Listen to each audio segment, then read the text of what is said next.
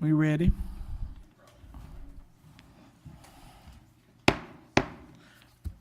Good evening and good afternoon to those who are here, and welcome to our special board meeting for November 13th.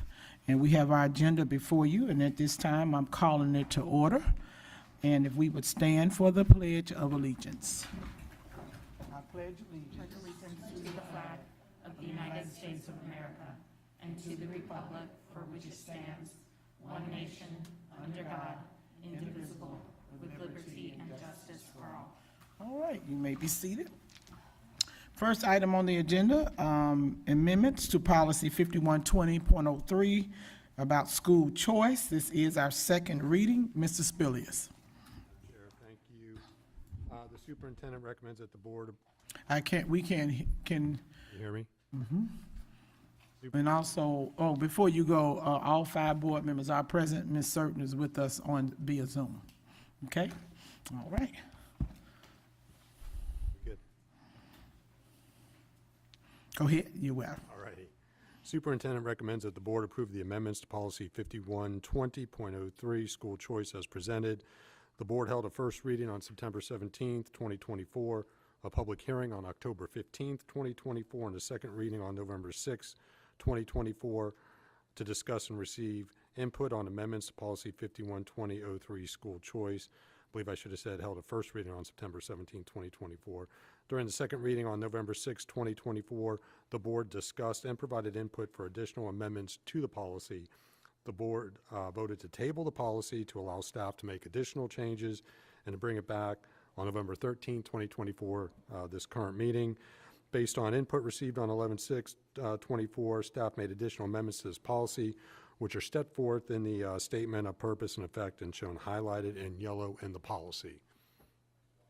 All right, you all have heard the recommendation. This was brought back before us for additional information to be added. What is the pleasure of the board?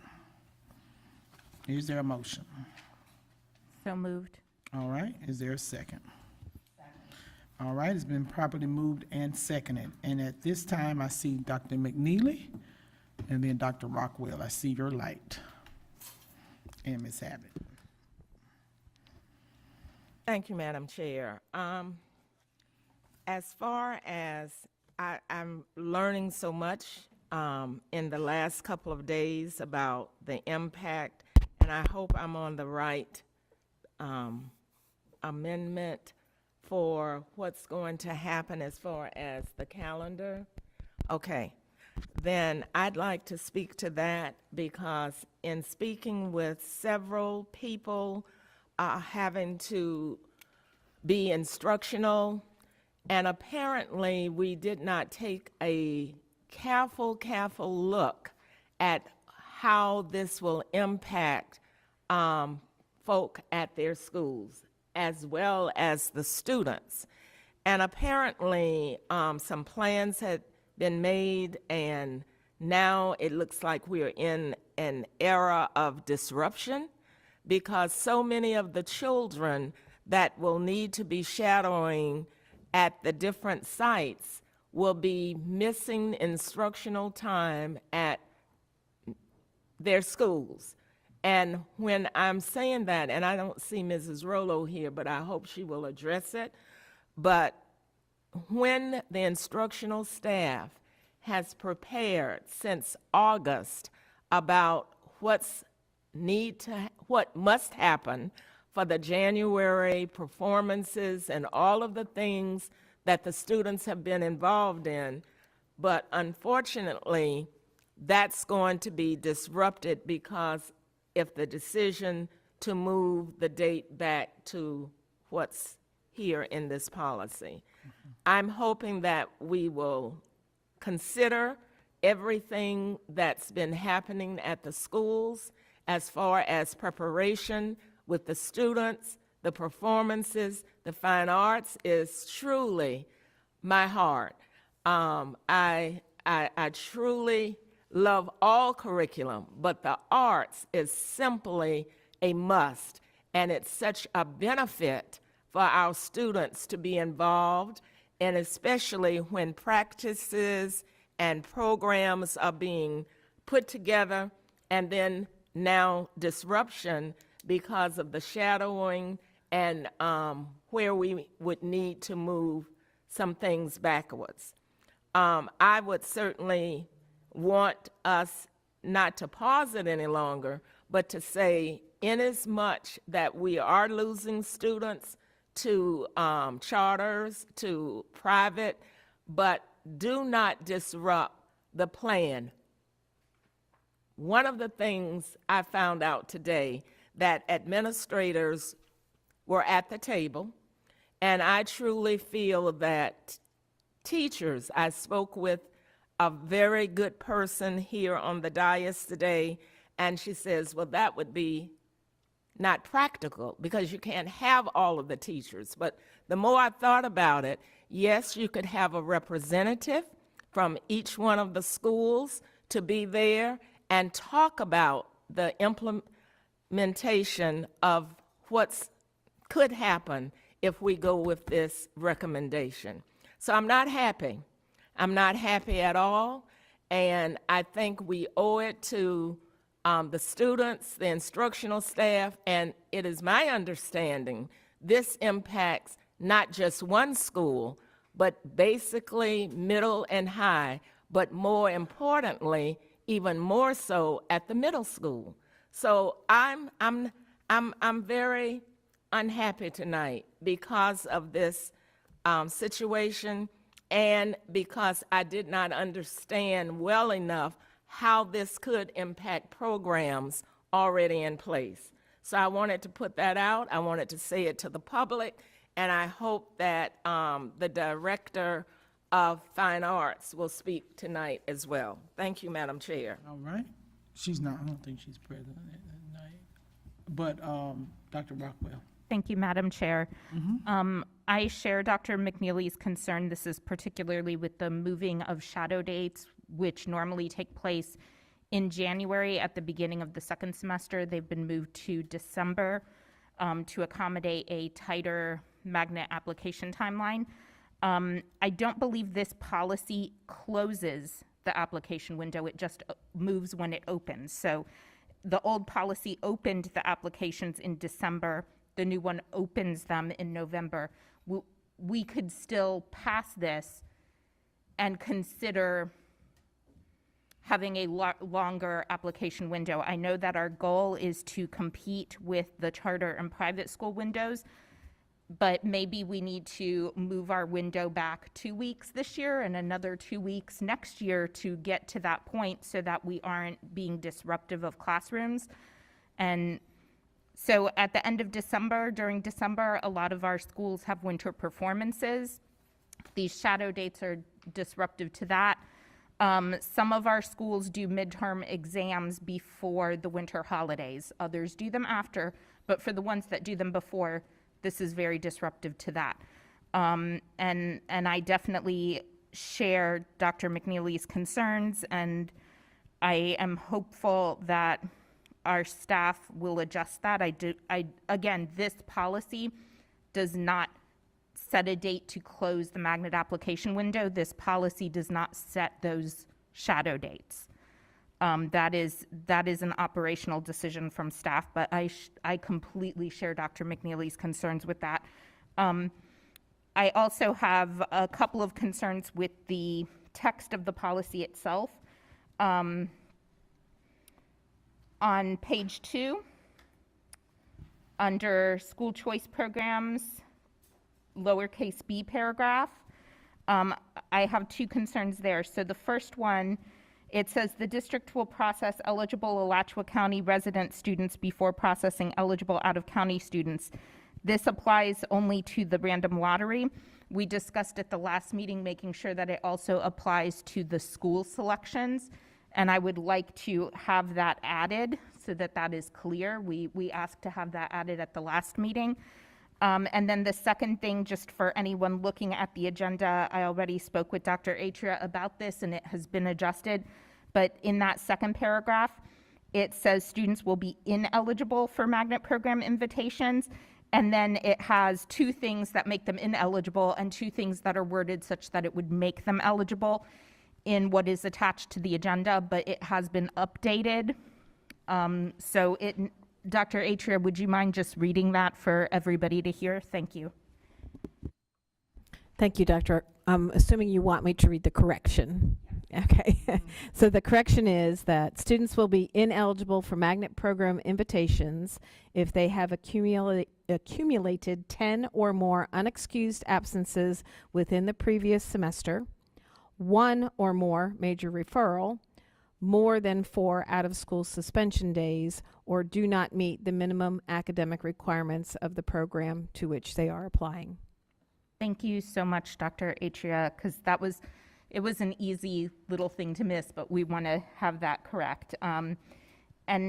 But again, in the first paragraph of that section, I think we need to add to that last sentence, the district will process eligible Alachua County resident students before processing eligible out-of-county students in the lottery and in the school choice. Got it? Thank you. Ms. Abbott. I had the same concerns that Dr. McNeely and Dr. Rockwell had about the shadowing, and I think that you've addressed that. And then I also, the wording of that paragraph, I needed change too, and that was all that I had. Okay. All right. And at this time, we do have, before I'm going to take it to, oh, I'm sorry, Ms. Certain. Thank you. I hope you all can hear me. Yes, we can. Okay, thank you. It seems that my colleagues that Dr. Rockwell made one thing I wanted to point out about out-of-county students. That being something that we're considering, we're not considering the out-of-county students in the school selection, the lottery is more of the in-county students. And the other issue that I wanted to ask is, during on page 3, Mm-hmm. during the enrollment, in paragraph 2, during enrollment, I think Dr. Rockwell took care of that as well. And I also think that, like that, maybe what's that, staff back to shadowing days, so we're not interfering with making that day too early for teachers and students, as well as our families. And I emailed Dr. Adrian right before the meeting, I'm not sure she's acting, so those are the comments, thank you. All right. Yeah, she did get your email. Okay. And she responded. Ms. Certain. Okay. All right. I think we all on the same page with those changes. Now, from the public, you have any phone calls? Okay, at this time, I do have Amy Barris, and then Lori, I had it right? Okay. Just cut your light on there, push the little button, and you have 3 minutes before the board. Okay. I'm Amy Barris. I'm the band director at Howard Bishop Middle School, and I expressed my concerns to the board earlier today through email. Please understand that the concerns we have are not misunderstood by us. We want to have all the same goals and accomplishments that the district staff has. But when we don't take into consideration all of the stakeholders that are a part of this process, it causes more problems than we even begin to realize. So if you can imagine with me that I'm in a classroom with 50 students, and every one of them plays different instruments and plays a different part, and you can equate this to math, you can equate it to any other subject area. And you're trying to teach a lesson, and in the span of 1 week, you've got 10, 15 kids missing this day. And then you've got 10, 15 kids missing the very next day, and the very next day, and the very next day. That's an entire week of instruction that's completely wasted, because you're going to have to go back and reteach all of those things again. The other concerns that I have as far as the shadowing goes is, how are we supposed to display the very best of what our programs have to offer if most of those kids aren't even on campus when the younger ones are shadowing because they're out shadowing themselves? So how can we give them the best we have to offer as far as, say, our band is concerned when there's only 15, 20 band members there to even observe? How can a middle school student see what a high school is like if they're sitting in a classroom just watching a midterm exam being administered? That's not the best use of our time. And I think that we owe it to our students, we owe it to our community to give the best impression of the great work we do here as a district. And I don't necessarily think the way things are set up now are going to accomplish that. I think that, you know, I found it this morning when the shadow dates were. This morning. I found out a couple days ago when our magnet open houses are taking place. Had I known in June or even in August, okay, I can't help that I'm incredibly organized, or my colleagues are. But had we known, we could have made accommodations for these things and would have gladly rolled with the punches. But as far as, you know, the students that we're trying to get back, we're hurting from that too. So we understand that we're losing kids to charters. We understand that we're losing kids that are going to private schools. Those are the kids that are usually in our programs. And this is not going to help make the situation better at this point in time.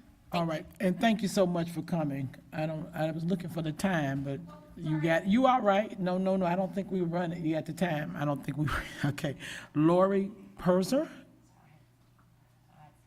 Is it, I see P-I-R, Pizer? Okay. That's okay. All right. It has a silent R. Good okay. evening. I am Lori Pizer. I'm the band director at Oakview Middle School. I've been the band director for 23 years, and I also sent an email to the board on behalf of my program and all of the fine arts programs in our county. Moving, same thing. I just found out that the shadow dates were moved to December. They've always been in January. It impacts our programs. Most of our concerts are the week of December 9th. Mine is on the 12th. On that day, a lot of my kids are probably going to want to go shadow with CJ at Newberry High School or shadow at Eastside High School. We'll do this. It'll be the same thing. We'll have about 2 weeks where we won't have kids present, and we're trying to put together a performance. So it shortchanges these kids. And these are 8th graders, which this is going to be their last winter concert with us. So they deserve a really good experience. I also want to reiterate what Ms. Barris said in that we found out pretty late when our open house was going to be at our school. Our band programs are an integral part of showcasing what our schools have to offer.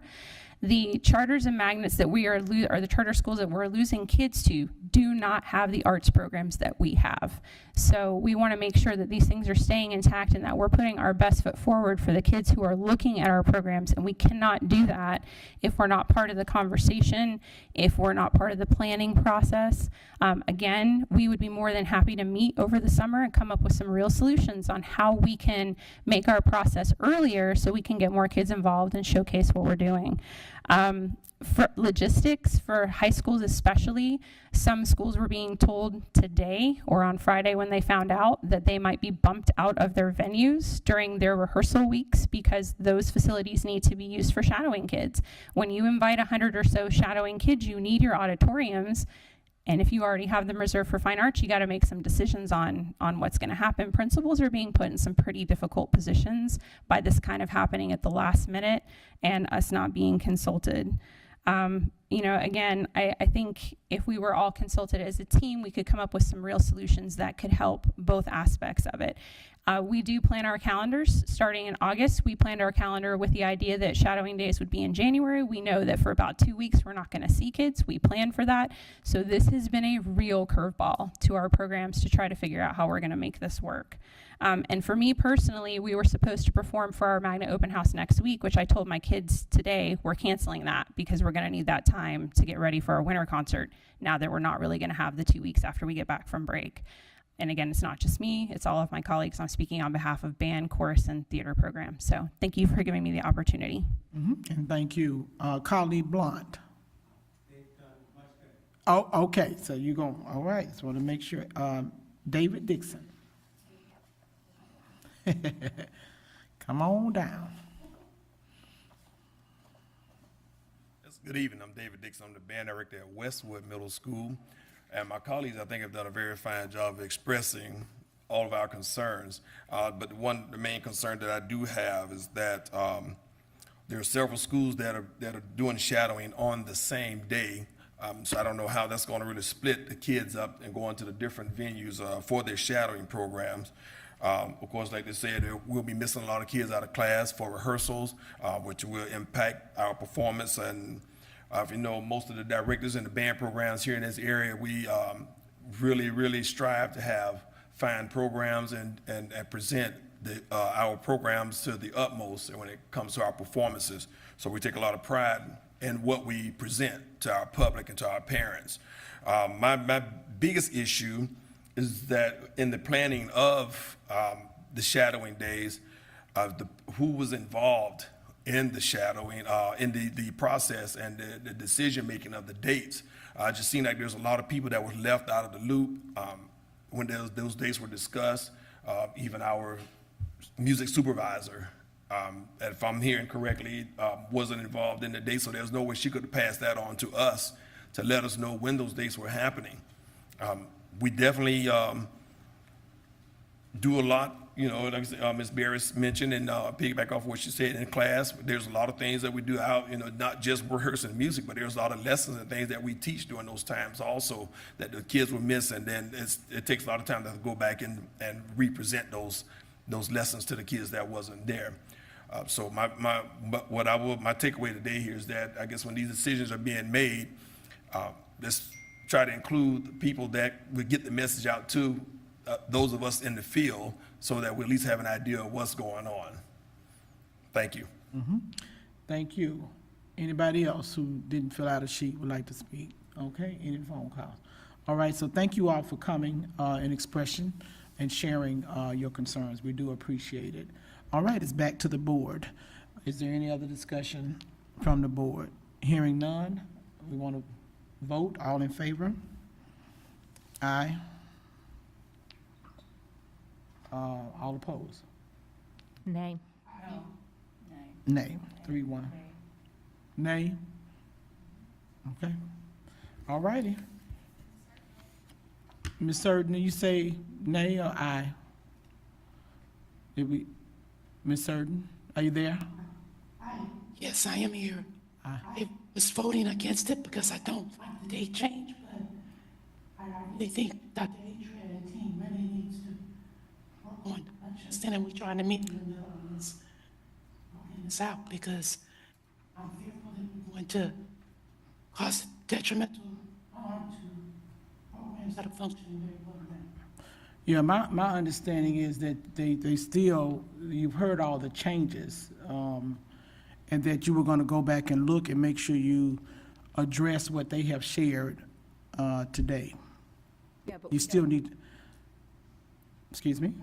we don't know about the shadowing. I mean, so that's an operational decision, So should we do that? So, I mean, they could address it, but we don't know how it's going to be addressed. That's why I voted no, because I Okay. feel like the policy is kind of rushed.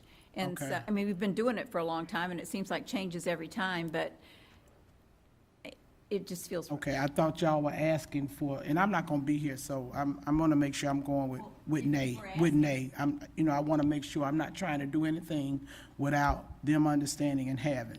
My understanding is they still need it, so if we're looking at time, I was thinking about the time frame, because we brought this back again with the 90 days, but they wanna make sure that this is gonna be addressed, what has been shared tonight.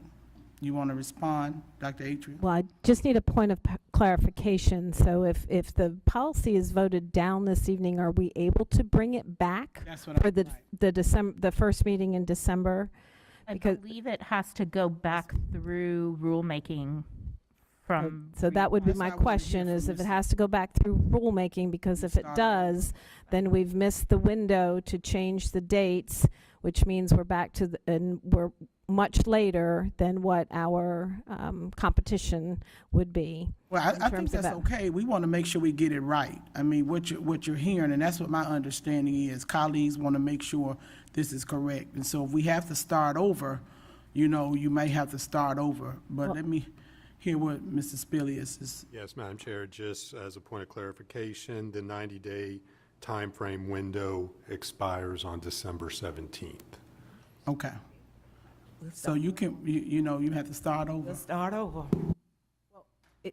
So again, so if it expires on December 17th, does that mean we can bring it back for the December, is it That's what I second thought. meeting? I thought we can bring it back. Yes. December- Yeah. We'd so still we be bring it within back the 90 December 3rd. days. And so here's what I would suggest moving forward. We've heard maybe somehow, I don't know when your next principal meeting is. I don't know if y'all have a meeting prior to December 3rd, however you want to address it. And I'm sure Dr. Patton is listening as well to get all on the same page. So, because last week we did a lot of talking on this past meeting about this and the changes that were wanted. And now you hear, when you did the shadowing, now you have administrators and teachers, I guess other teachers who are concerned and are here addressing. But so we want to make sure we get it right, period. Sure, so if I could just address some dates. In terms of the Magnet Open House dates, they were published back in September. Okay? So they've been published and known since back in September, since then. In terms Wait, of, wait, yeah, okay, so if they were published back in September, they went to the to the teachers, the administrators? they've been on, I'll let Ms. Neal field that question. But then we also brought the shadowing experiences because there were many questions about whether that would be allowed. It had been scaled back quite a bit in the past because of disruptions to class. So we brought that back to our principals on October 22nd and 24th, and then we met with principals again to bring the two, for them to choose their shadowing dates. We got a lot of feedback from principals looking for less disruption, having it be within a concentrated time frame instead of over many weeks period, because as our band directors have talked about, it's very difficult when you've got students out this day and this day and this day. And so what the principals were asking for was to minimize the number of days that were available for shadowing. So rather than have students out here and there over several weeks, it would just be within a certain time frame. The concern too around testing is a very valid concern. I'm talking about the end of semester exams, because some schools administer those semester exams prior to break. Some schools administer those exams post break. And so no matter where we would put shadowing, we could possibly impact those semester exams. The thinking from principals was that if we looked at the first 2 weeks of December, we would still have a week left of school prior to break where review and administration could take place. And and therefore leaving that week when we come back from break available for instruction rather than having shadowing happening during that week, because again, that would be the last week when review and test administration would take place. These are difficult decisions because they do impact school-wide programs. Okay, I hear that. Let me hear, and I'll have one other comment. Ms. Neal. So the administrators were sent a tentative open house calendar very early in August. They reviewed that throughout August. They had some input on switching of some dates. Some dates were moved based on administrator input. And the open house calendar has been posted on the website since September. I want to say it was finalized on the 23rd of September. So it has been published since September 23rd for that open house calendar. And so once the administrators had it, then looks like it passed on to teachers and administrators. That's how it goes, because communication is why we're here. A lack of communication is why we're here tonight. And so that's why we just want to get this right.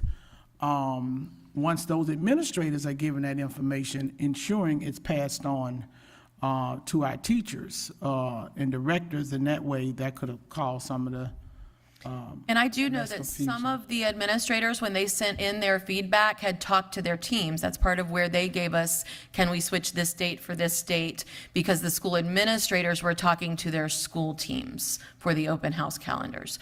We asked them to do the same for the shadow days. They had several days to complete their survey form of which shadow days their schools were going to select, so that they could get that feedback. So we were relying on administrators to do that communication at their school site. Okay. Dr. McNeely? Thank you, Ms. Neal. I think we have some of the best administrators in this state, no doubt about it, former colleagues of mine.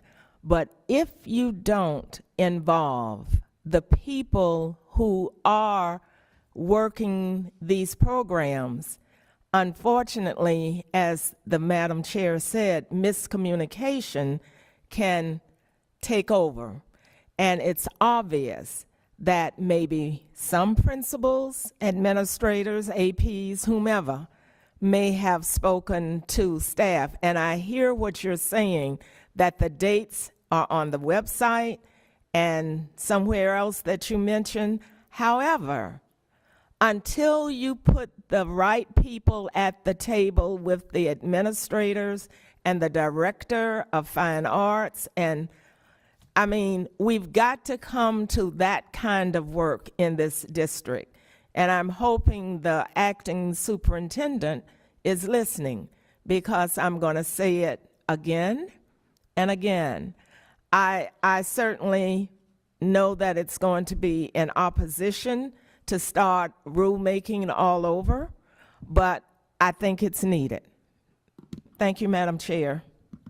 Thank you, Ms. Abbott, and I see Dr. Rockwell. I was just going to say that I agree. I think we need to have more teacher input. And if you just had one middle school representative from the fine arts and a high school, if they're sitting at the table, that's valuable information that you're getting that could help you make decisions about things like shadowing and stuff like that. And so it's just, and you know, like some principals may have gone back and spoken with their, you know, band directors, but some of them didn't. And so the ones that didn't have that communication, they're just finding out now. And it's, you know, it's really throws, you know, a kink in their programs. And so I just feel like for a lot of things, teachers need to be sitting at the table when decisions are made. Thank you, Dr. Rockwell. Yeah, I mean, I agree, and I agree with Chair McGraw about this being a communication issue, and it's a pattern of communication issues.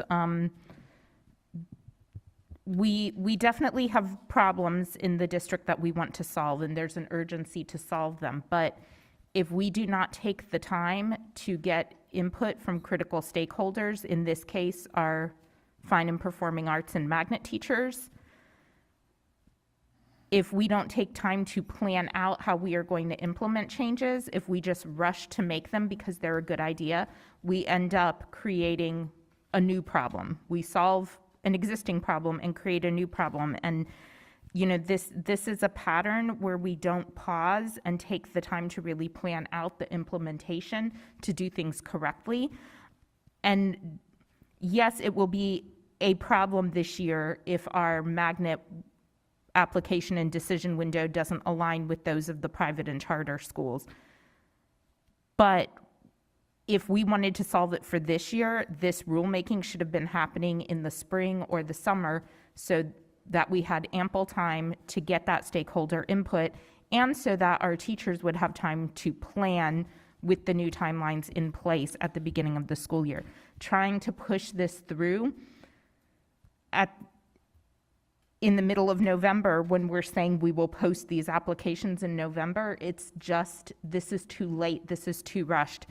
And we've seen this happen repeatedly. I mean, the same thing happened with the primary years IB program, and it's not that an IB-PYP program isn't a great idea, but we rushed through, and this was not even a board decision. It did not come to the board for any votes, but we rushed through a program that took the place of an existing successful magnet program without getting adequate stakeholder input.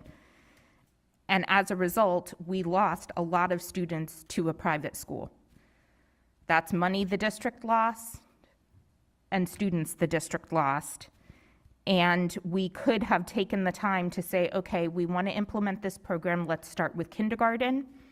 Yes, it will take us 5 years to build up to a candidacy program, but we won't lose students. We won't be dissolving an existing magnet. We'll take our time and we'll do it right.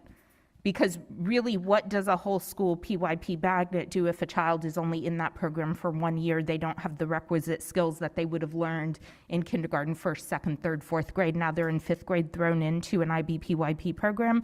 What does that even accomplish? So we're in a very similar situation, but this time it is before the board for a vote, and that's why I voted no, because we have got to stop this pattern of pushing through ideas, no matter how good they are, because even the best idea is not going to thrive if we don't get community stakeholder input and if we don't take adequate time to plan the implementation. All right, thank you, Dr. Rockwell. So at this point, December 3rd, you did say it could be brought back at the December 3rd meeting, correct? It can be brought back on December 3rd. But it would have to. There could also I'm just be a trying to special meeting, but it just has to be before the 17th. Oh, okay. Well, at this point, Ms. Green, 5-0, no, against, okay? All righty. Thank you all so much. And Madam, and we would just need clarification on the exact changes too, so. Okay, so what you all, my colleagues, and I think, I don't know who's captured, Ms. Green has them, but just make sure you all get those exact changes of what's needed. And if you all have anything else, just email Ms. Green so that she can get them over to Mr. Spilius, okay? Is the shadowing even in the policy? No, it's not. And so that's. But I'm saying whatever comments, that's what he's trying to make. He want whatever, I'm just saying, we need to get it over to them so that they can have. I don't understand the point of bringing this back because the policy change think is he to just- have this in December, He just said. in he's not November. gonna come Right. back. But That's what I the, want to be clear. the whole change is to move the window from December to November. If we bring this back in December, like, I don't see what we're doing. It seems like my colleagues and I who voted no all agree that this was rushed. So why are we going to rush to bring it back? I'm just confused. Okay, I don't think, that's what I think I'm talking about the shadowing. You're saying rulemaking, we're gonna have to start over. That's what I'm asking for clarity, December 3rd. Are you So bringing the this, 90 does it day- need to be brought back, or does the 90 days, where does that begin? The 90-day window ends on December 17th, 2024. And so if it's not adopted by then the rulemaking process has to start from step one again. Okay, So if it's not adopted, are we still using the same old policy then? yes. Correct. I think this year we should do that and work on it for a new policy for next year. And that would keep the shadowing in January, right? Would that keep the shadowing in January? Those dates can certainly be changed, but what it does affect is when applications open, when acceptances are sent, when commitments have to be made, which again puts us behind our competing programs in the area. And I understand that, and I think it's, but I think for this year, I think it's better not to rush it. And I also think that, well, I'm not going to go there. Anyhow, but I think for this year, I think we should just start the rulemaking over after a period of time when our interim superintendent's here, and then we just go with the old program for now, because it does feel very rushed. And like, I don't even know what's going to change between now and December 2nd that's going to make a huge difference. He's listening. All right. Yes, Dr. McNeely. Thank you, Madam Chair. Not to prolong this, but it's a 5-0 vote. No more discussion is needed, All right, you called. and the question. it's ended. Well, I just want to make sure everybody understood, okay? Thank All you. right, thank you. Make sure I'm asking if, since we're following last year's program, if we can move the shadowing to January. That's not That's separate from. I know it's separate, and it's not a board thing, but it's an operational, I'm just asking that. All right, okay. Thank you all. Good discussion. All right, moving on to the evaluations of the board attorney. We have our board attorney evaluations that have been put into place. So, Mr. Delaney. Sure. Similar to how the board conducts the evaluations of the superintendent, each board member goes through their summary and puts their thoughts down, and then today is the opportunity for the board members to collectively confirm that that's what the overall board's evaluation is. And I believe those have been circulated to all the board members. All right, so is there a recommendation to accept the evaluations for this year? Okay, it's been moved. Second. It's been moved and properly seconded. Is there any discussion? Anyone from the community? Hearing none, all in favor? Aye. Motion carries unanimously. Did you say aye? I know Ms. Certain is up there. I'm trying to look if you don't want to speak too much. I know you, okay. Okay. Moving on to tonight, we also have our contract for the superintendent on an interim basis. Mr. Delaney, and then I have something I need to read from Dr. Patton. Yes, ma'am. So I have worked with Dr. Patton's attorney to implement the discussions brought up at our last regular meeting. Those have been put into the contract, which Dr. Patton has confirmed that she approves. And so this has now been available for the public to review, the board members to review, and the recommendation would be for the board to approve the proposed interim, proposed agreement for employment of the superintendent. All right. So is there a motion to accept the contract for the superintendent on an interim basis for Dr. Kamala Patton? So moved. Okay, it's been moved by Dr. Rockwell and seconded by Dr. McNeely. And also I wanted to read from, that it's critical for the board to have me start on November 18th. We were able to work, as he said, with her and maximize the opportunity for her to work. She needs to work virtually to cover her duties on the 18th, 19th, and 20th due to prior commitment. She agreed and will be on board in person on the 21st. Dr. Patton has been meeting with our deputy superintendent in preparation for her transition. Therefore, our deputy superintendent, under Dr. Patton's guidance, will cover any required engagements of the superintendent on the 18th, 19th, and 20th. And on Dr. Patton's insistence, she will not be paid until she starts fully on board in person. We just want to be transparent, and we do thank her for coming. And as you know, this was a quick transition, and she's trying to transition, and due to a prior commitment, she has been adamant. She does not want to be paid for those days, but is working with Dr. Atria, and will be here in person on the 21st. All right, I want to make sure that was known. Any discussion, any comments from the public? Anyone here, any phone calls? All right, if there's anything else from the board? All in favor? Aye. Aye. Motion, Ms. Certain, okay. Motion carries unanimously. All right, I'm sure Dr. Patton is listening. Welcome to Alachua County. We do know, and also, some people work, I look on Facebook and were concerned about, I saw 269,000. Not true, not true. There is a $40.29 difference from what she will be paid as far as our budget. I wanted to make sure I said that tonight.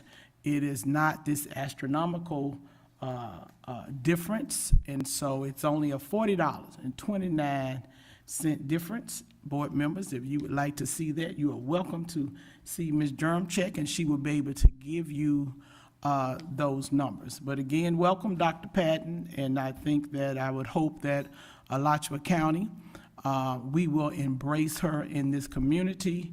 This is an educational, transitional, I would say, machine. She will continue the great work we've started here with Superintendent Andrew and his team, and we know there's more work to do, but Dr. Patton, well-known and great, bubbly, enthusiastic personality, and she wants to come here and also help move this district forward, but also making sure this board continues on with our new board member to transition and have a permanent superintendent. If nothing else, this meeting is adjourned at 5:46. Thank you.